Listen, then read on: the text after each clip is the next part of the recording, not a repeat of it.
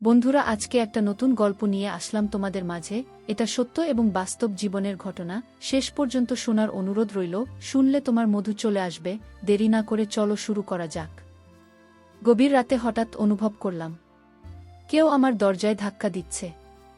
আমি ভেবেছিলাম হয়তো আমার স্বামী হবে, কিন্তু দরজা খুলে দেখি আমার ভাসুর কেমন জানি এক অদ্ভুতভাবে আমার দিকে তাকিয়ে রয়েছে।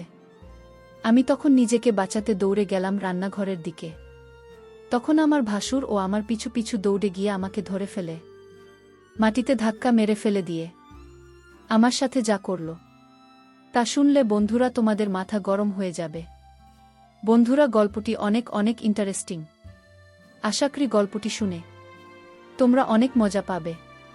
তবে গল্পটি শোনার পূর্বে বন্ধুরা, তোমাদের নিকট আমার ছোট্ট একটি অনুরোধ। তোমরা দয়া করে আমার চ্যানেলটি সাবস্ক্রাইব করে আমাকে সাপোর্ট করবে। বন্ধুরা, আমার নাম সৃজ্যোতি। বিয়ে হয়েছে আমার ৩ বছর হয়েছে। বিয়ের ৩ বছর পর হঠাৎ করে আমার ভাসুর আমার দিকে খারাপ নজরে তাকাতে শুরু করল। আমার স্বামীর সামনে আমার ভাসুর আমার সঙ্গে খাবার কিছু করতে চাইত, কিন্তু আমার স্বামী আমার ভাসুরকে কিছু বলেনি। আমার স্বামী এত টাকা পুরুষ ছিল যে সে নিজেই আমাকে তার দাদার হাতে সঁপে দিতে চেয়েছিল। আসলে আমার স্বামী এবং আমার জানা নেই যখন তারা দুইজনে স্বেচ্ছায় একে অপরের সঙ্গে নোংরা সম্পর্কে জড়িয়ে গিয়েছিল, তখন আমরা কেউই কথা জানতাম না। একদিন আমার ভাসুর যখন ঘরে ছিল না, তখন আমার স্বামীও যেটা নিয়ে একে অপরের সঙ্গে খারাপ সম্পর্ক ছিল, এবং আমার ভাসুর নিজের চোখে নাকি তাদের দুজনকে একসঙ্গে দেখেছিল। তখন আমার ভাসুর আমার স্বামীকে অনেক মেরেছিল। আসলে আমার ভাসুর ও আমরা আলাদা বাড়িতে থাকতাম। আমরা গ্রামে থাকতাম, এবং আমি যে গ্রামে থাকতাম তার পাশের গ্রামে জীবন নামের একটি ছেলের সঙ্গে আমার বিয়ে হয়েছিল। জীবন বাড়ির ছোট ছেলে এবং আমার ভাসুরের নাম হচ্ছে সীমান্ত। বিয়ের ২ বছর পরে আমি কন্যাসন্তান জন্ম দিয়েছিলাম, কিন্তু আমার ভাসুর ও যেটা নিয়ে আমাদের অনেক আগে বিয়ে হয়েছিল, তারপরেও তাদের কোনো বাচ্চা হয়নি। কিন্তু আমার শাশুড়ি এই ব্যাপারে কোনো দিন আমার ভাসুর এবং আমার যেটা নিয়ে কিছু বলেনি, কারণ আমার শাশুড়ি খুবই ভালো মনের মানুষ ছিলেন। উনি আমাকে এবং আমার যেটা নিয়ে অনেক ভালোবাসতেন। কিন্তু আমার শাশুড়ি আমাদের সঙ্গেই পুরাতন বাড়িতেই থাকতেন। আমার ভাসুর যেটা নিজে বাড়িতে থাকত, সেই বাড়িটা আমাদের এই পুরাতন বাড়ি থেকে কিছুটা এগিয়ে গিয়েছিল। সেদিন দুপুরবেলা আমার ভাসুর হঠাৎ করে আমার যেটা নিয়ে নিজের বাড়ি থেকে বের করে টানতে টানতে আমাদের এই পুরাতন বাড়িতে নিয়ে আসে। তার আগে জানি না কেন আমার স্বামী বাইরে থেকে অনেক দ্রুত দৌড়ে এসে বাড়ির ভেতরে ঢুকে রুমে এসে দরজা লাগিয়ে হাঁপাতে লাগল, আর আমাকে বলল আমাদের বাড়িতে কেউ এলে দরজা খুলবে না। আমি বললাম ঠিক আছে। ঠিক ওই সময় আমাদের দরজায় কেউ এত জোরে ধাক্কা দিতে লাগল যে আমার স্বামীর বারণ করা সত্ত্বেও আমাকে বাধ্য হয়ে বাড়ির দরজা খুলতে হয়েছিল। আমি যখন বাড়ির দরজা খুললাম, তখন আমার ভাসুর ধাক্কা মেরে আমার যা থেকে ঘরের ভিতরে ফেলে দিল। আমি তখন রেগে আমার ভাসুরকে বললাম, দাদা, আপনি এটা কেমন ব্যবহার করছেন? দিদিকে এভাবে ধাক্কা দিচ্ছেন কেন? ওই সময় আমার ভাসুরের চোখে অনেক বেশি রাগ ছিল। তারপরে উনি অনেক রেগে চিৎকার করে আমার স্বামীকে ডাক দিলেন। আমার স্বামী যখন তার ঘর থেকে বের হয়নি, তখন আমি ভাসুরকে জিজ্ঞেস করলাম, কি হয়েছে? আমাকে কেউ কিছু বলবে? আমার ভাসুর তখন রেগে আমাদের রুমের দরজা ভেঙে দিয়ে আমার স্বামীর কলার ধরে ঘর থেকে বের করে তাকে জোরে ধাক্কা দিয়ে বলল, তোমার স্বামী আর আমার বউ, এরা দুইজন মিলে আমাকে ঠকিয়েছে। একে তো আমার ভাই বলতে ঘেন্না হচ্ছে, একে তো আমি আজ প্রাণে মেরে ফেলব। আজ আমি একা ছাড়ব না। সাহস কি করে হলো আমার বউয়ের সঙ্গে বাজে সম্পর্ক করার? সব কিছু শোনার পরে আমি তো মাথায় হাত দিয়ে বসে পড়েছিলাম, কারণ স্বপ্নেও ভাবতে পারিনি আমার স্বামী এরকম কিছু একটা নোংরা কাজ করবে, তাও আবার তার নিজের বৌদির সঙ্গে। তারপর আমার স্বামী নিজের ভুল বুঝতে পেরে আমার ভাসুরকে বলল, দাদা, আমি ভুল করেছি, আমাকে ক্ষমা করে দাও। আমার ভাসুর তখন বলল, তুই এটা ভুল নয়, অনেক বড় অপরাধ করেছিস, আর এটার শাস্তি তো পেতেই হবে। তাই আমি এক্ষুনি পঞ্চায়েতে যাব, আর তোর ব্যাপারে সব কিছু সত্যি কথা বলে দেব। পঞ্চায়েতের নাম শুনে তো আমার স্বামী অনেক ভয় পেয়ে বলল, দাদা, তোমার পায়ে ধরছি, তুমি আমাকে যা শাস্তি দেবে আমি মাথা পেতে গ্রহণ করে নেব, কিন্তু তুমি দয়া করে পঞ্চায়েতে যেও না। ওই সময় আমার জানি আমার ভাসুরের পা ধরে বল, আমি ভুল করেছি, আমাকে ক্ষমা করে দাও।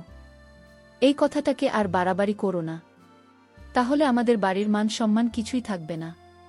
আমার ভাসুর তখন যেখানে চুলের মুঠি ধরে বলল, মান সম্মান আর কিছু বাকি রয়েছে কি? সবকিছু তো শেষ করে দিলি। তুই যা করছিস, তোকে আমি আর কোনোদিন স্ত্রী রূপে গ্রহণ করব না। তুমি যার সঙ্গে মুখ কালো করেছিস, ওর সঙ্গে থাক। ওই সময় আমার শাশুড়ির ঘরে ঢুকে আমার ভাসুর এবং আমার স্বামীকে জিজ্ঞেস করল, কি হয়েছে, তোরা এভাবে চিৎকার চেঁচামেচি ঝামেলা করছিস কেন? ওদিকে আমার শাশুড়ি আমার মাথায় হাত দিয়ে কাঁদতে দেখে আমার কাছে এসে জিজ্ঞেস করল, বোমা তুমি এভাবে মাথায় হাত দিয়ে কাঁদছে কেন? কেউ তোমাকে কিছু বলেছে? এই বাড়িতে কি চলছে? আমার ভাসুর তখন রেগেমেগে তার মাকে বলল, তোমার ছোট ছেলে আর তোমার বড় বৌমা দুইজন মিলে আমাদের ঠকিয়েছে। আমি নিজের চোখে দুজনকে একসঙ্গে সবকিছু করতে দেখেছি। আমার শাশুড়ি তখন যে টানের কাছে সে বলল, ছি ছি ছি, তুমি এরকম করবে আমি তো কোনোদিন ভাবতেও পারিনি। আজ তোমার জন্য আমার বাড়িতে এত বড় অশান্তি ও ঝামেলা সৃষ্টি হয়েছে। তারপর আমার স্বামী ভাসুরের পা ধরে বলল, দাদা তুমি যা বলবে আমি তাই করব, কিন্তু দয়া করে পঞ্চায়েত যেও না। আমার ভাসুর তখন বলল, তুই যেমন আমার মান সম্মান নষ্ট করছিস, কি কোনোরকম আমিও তোর মান সম্মান নষ্ট করে দেব? যতক্ষণ না আমি নিজের বদলা নেব ততক্ষণ আমি তোকে ছাড়ব না। আর আমার বদলা তখনই পুরো হবে যখন আমি তোর বউয়ের সঙ্গে বাজে সম্পর্ক করতে পারব। তবেই তুমি বুঝতে পারবে কতটা কষ্ট হয়। ভাসুরের মুখ থেকে এই রকম নোংরা কথা শুনে আমি রেগে গিয়ে বললাম, আপনার কি মাথা খারাপ হয়ে গেছে নাকি? এটা কোনো সমস্যার সমাধান নয়, আপনি আরও বেশি সমস্যা তৈরি করছেন। আর আপনি আমার ভাসুর হয়ে এত অশ্লীল কথা কিভাবে বলতে পারলেন? আমার স্বামী তখন আমার কাছে এসে বলল, দাদা যেটা বলছে তোমাকে সেটা করতে হবে, নইলে দাদা যদি পঞ্চায়েতের কাছে চলে যায় তাহলে আমাদের কি দুর্গতি হবে সেটা তুমি খুব ভালোভাবে জান। ওই সময় আমার শাশুড়ি বললেন, চিতর আমার ছেলে, তোদের মতো ছেলে হওয়ার থেকে আমি বন্ধ হওয়াই ভালো ছিল। ভালোই হয়েছে যে তোদের বাবা এই পৃথিবীতে নেই, না হলে তোদের এই কুকর্ম দেখে জান ক্লাস হয়ে যেত। আমি তখন বললাম, যা কিছু হোক না কেন আমি নিজের মান সম্মান নষ্ট করব না, তাতে আমার ভাসুর যা কিছু করুক না কেন, প্রয়োজনে আমি আমার নিজের জীবন ত্যাগ করে ফেলব। কি তাদের ফাঁদে পড়ে আমি মরে গেলেও কোনো অশ্লীল কর্ম করব না। আমার ভাসুর তখন আমার স্বামীর কাছে এসে বলল, তুই নিজের বুকে ভালোভাবে বুঝিয়ে দে, আর তা না হলে আমি কিন্তু এক্ষুনি পঞ্চায়েতের কাছে যাব। আমার স্বামী তখন বলল, তোমাকে আমার দাদার কথা মানতেই হবে। আমি তখন রেগে আমার স্বামীর গালে একটা থাপ্পড় মেরে বললাম, পাপ করেছ তুমি, আর শাস্তি পাব আমি। একটা কোন ধরনের বিধান? আমি মরে গেলেও এ কাজ করব না। তোমার চরিত্রে দাগ আছে, কিন্তু আমি কোনোদিন আমার চরিত্রে দাগ লাগতে দেব না। আর এই জন্য আমাকে যা করতে হয় আমি তাই করব। আর তোমার মতো পুরুষের সঙ্গে আমার সংসার করা আর না করার সমান। তুমি কেমন স্বামী, নিজের স্ত্রীর মান সম্মান অন্য কারো হাতে তুলে দিতে চাইছ? সে ভগবান যেন তোমার মতো স্বামী আর অন্য কোনো মেয়ের কপালে না দেয়। আমি তখন আমার যেটা নিজের কাছে রেগে গিয়ে বললাম, শুধুমাত্র তোমার জন্য আজ আমাদের বাড়িতে এত অশান্তির সৃষ্টি হয়েছে, আর তোমাদের ভুলের জন্য আজ আমার মান সম্মান নিয়ে লোকে খেলতে চাইছে। তোমার এমন কি বাধ্যতা ছিল যার জন্য তুমি এত বড় একটা নোংরা কাজ করলে? আর পুরো দুনিয়াতে তুমি আমার স্বামীকে পেয়েছিলে নিজের চাহিদা পূরণ করার জন্য।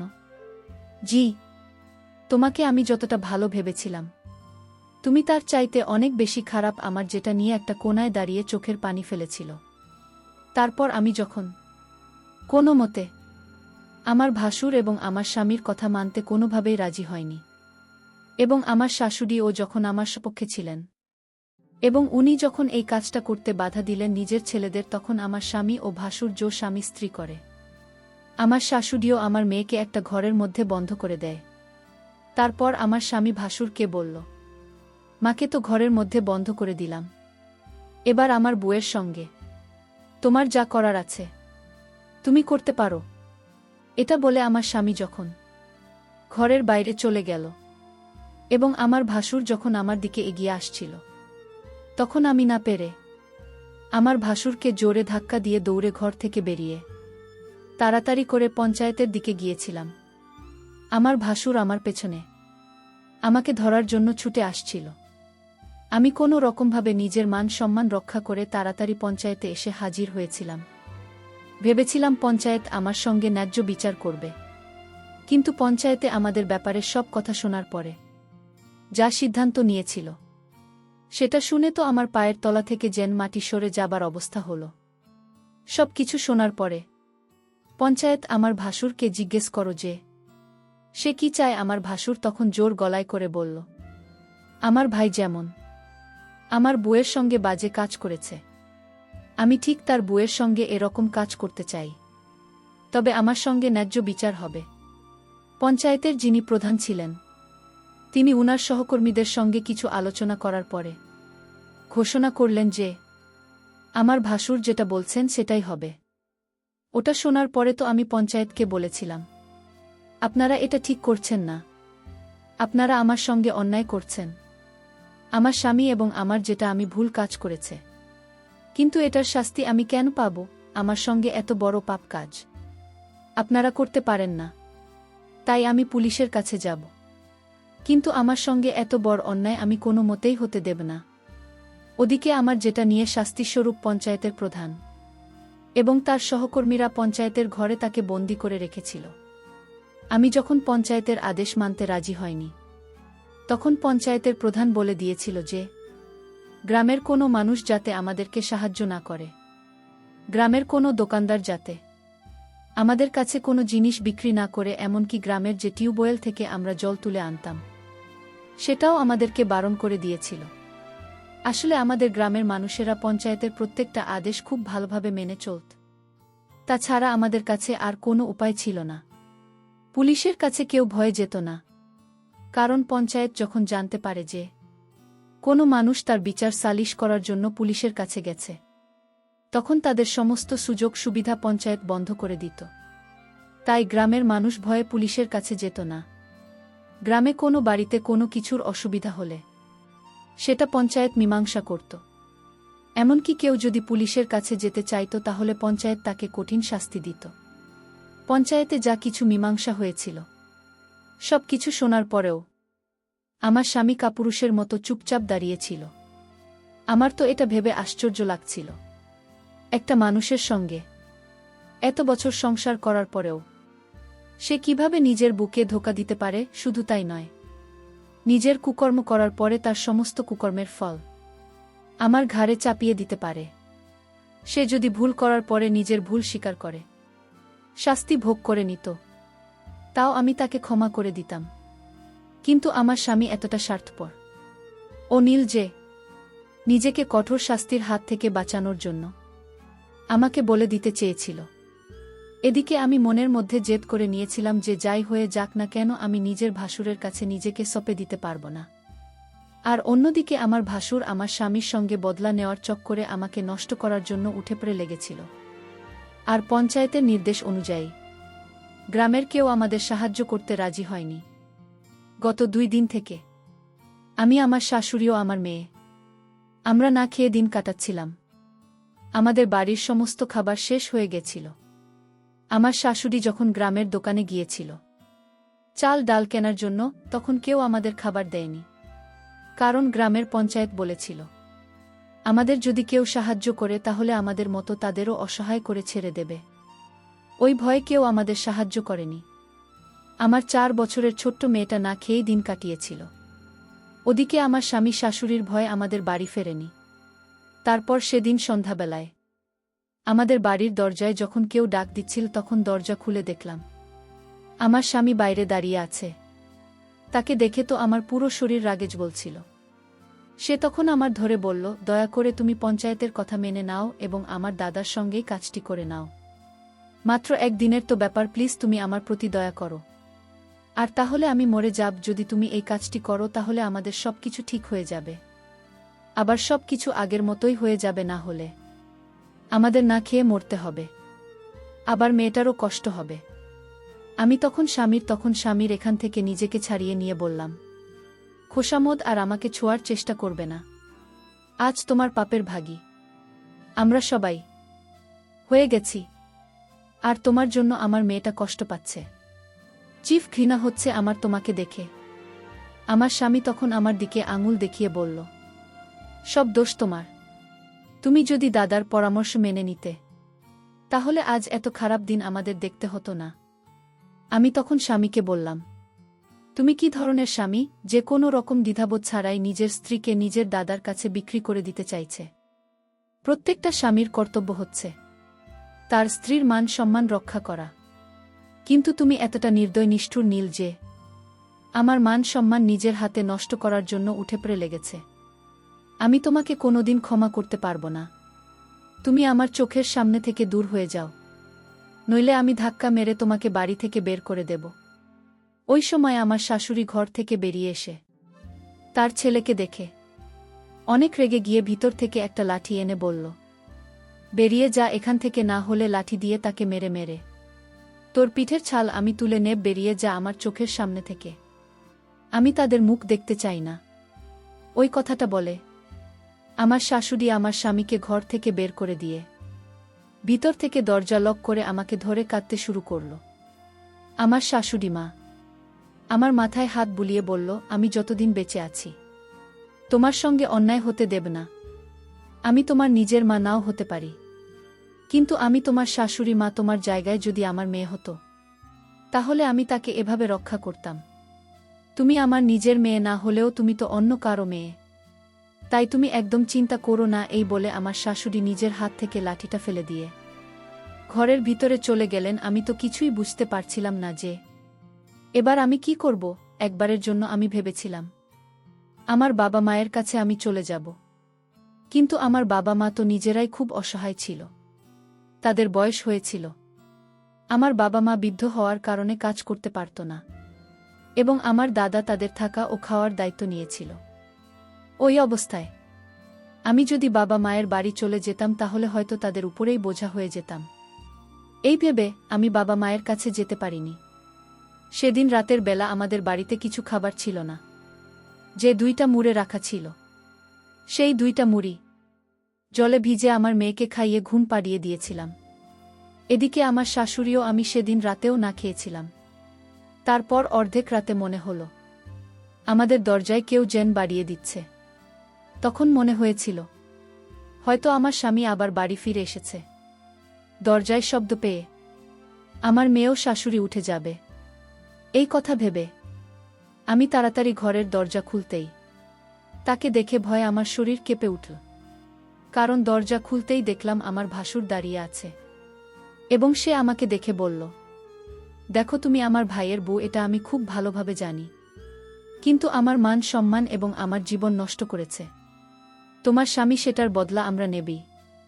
তাই তোমাকে আমার সঙ্গে রাত কাটাতে হবে, নইলে না খেতে পেয়ে আমাদের সবার নাজেহাল অবস্থা হবে, আর তোমার মেয়ে না খেতে পেয়ে মারা যাবে। তাই তুমি যদি তোমার মেয়েকে একটু ভালোবাসো, তাহলে আমার সঙ্গে রাত কাটানোর জন্য রাজি হয়ে যাও, না হলে আমি তোমার সঙ্গে জোজো স্বামী দোস্তি করে সম্পর্ক করতে বাধ্য হয়ে যাব। তারপর আমি ভাসুরকে বললাম, আমার মেয়ের চিন্তা আপনাকে করতে হবে না। আমার মেয়ের জন্য এখনও আমি বেঁচে আছি, নইলে কবেই মরে যেতাম। ভাসুরের কথা শুনে আমি তাড়াতাড়ি রান্নাঘরের দিকে যাচ্ছিলাম, তখন উনিও ছুটতে ছুটতে আমার পেছনে এলেন। আমি বুঝে গিয়েছিলাম উনি যেভাবেই হোক আজকে আমার সাথে খারাপই করেই ছাড়বেন। আমি অনেক চিৎকার চেঁচামেচি করার পরেও কেউ আসছিল না, কারণ গ্রামের সবাই আমাদেরকে বয়কট করেছিল। কারণ আমি পঞ্চায়েতের বিচার মেনে নিয়েছিলাম না, বিধায় গ্রামের সবাই আমাদের প্রতি উল্টা ছিল। তারপর আমি ভাবলাম, যেহেতু আজকে আমি আমার ভাসুরের হাত থেকে কোনোভাবে রক্ষা পাব না, আর এদিকে আমার কারণে আমার মেয়ে, আমার শাশুড়ি সবাই নাকি আছে, সবকিছু চিন্তা করে দেখলাম আমি যদি আমার ভাসুরের সাথে এরকম কাজ করি, তাতে যদি আমার স্বামীর কোনো আপত্তি না থাকে, তাহলে আমি আর কি করব। নিজের ইজ্জত বাঁচানোর জন্য অনেক সংগ্রাম করেছি, অনেক চেষ্টা করেছি, আর পারব না। এখন যা করে ভগবানের করবে। এই সব কিছু চিন্তা করে আমি আমার ভাসুরের সাথে বাজে কাজ করতে রাজি হয়ে যায়। আমার ভাসুর এতটাই শক্তিশালী এবং পাওয়ারফুল ছিল যে মনে হচ্ছিল যেন আমার উপর একটি ঘূর্ণিঝড় বয়ে যাচ্ছিল। আমি আমার ভাসুরকে বললাম, দয়া করে আপনি একটু সহনশীল হন। আমার অনেক কষ্ট হচ্ছে। তারপরেও আমার ভাসুর সাথে সারারাত ইচ্ছামতো এক অদ্ভুত কাজ করেছিল। মনে হয় অনেকটা রাগে আমার সাথে এরকম করেছিল। তারপর আমার ভাসুর শান্ত হয়ে সব কিছু মেনে নিয়েছিল। তারপর আমাদের পরিবারে আবার আগের মতো শান্তি হয়ে উঠেছিল। পরিশেষে আমি তোমাদেরকে বলব, বন্ধুরাও কেউ মরে পাবে, আবার কেউ মরে ধাপে। আমার অতীত একই অবস্থা হয়েছিল আমার স্বামীর পাপের কারণে। এর শাস্তি আমাকে ভোগ করতে হয়েছিল। বন্ধুরা, আমি তোমাদের কি বলবো, হয়তো তোমাদের জীবনেও আমার মতো এরকম ধরনের ঘটনা ঘটতে পারে। তাই আমি তোমাদেরকে বলবো, তোমরা অবশ্যই এই পরিস্থিতিতে সাবধানতা অবলম্বন করার চেষ্টা করবে। বন্ধুরা, আজকে এই পর্যন্তই। আবারও আসব তোমাদের মধ্যে নতুন কোনো ভিডিও নিয়ে। ভিডিওটি যদি তোমাদের ভালো লাগে তাহলে একটি লাইক দাও। প্রতিদিন আমি তোমাদেরকে একটা করে নতুন গল্প উপহার দিব। তাই তোমাদেরকে অনুরোধ করে বলছি, তোমরা যদি এরকম ধরনের ইন্টারেস্টিং গল্প পেতে চাও তাহলে দয়া করে আমার চ্যানেলটি সাবস্ক্রাইব করো। পরিশেষে তোমাদের সকলের সুস্বাস্থ্য কামনা করি। ভিডিওটি দেখার জন্য তোমাদের সকলকে অসংখ্য ধন্যবাদ।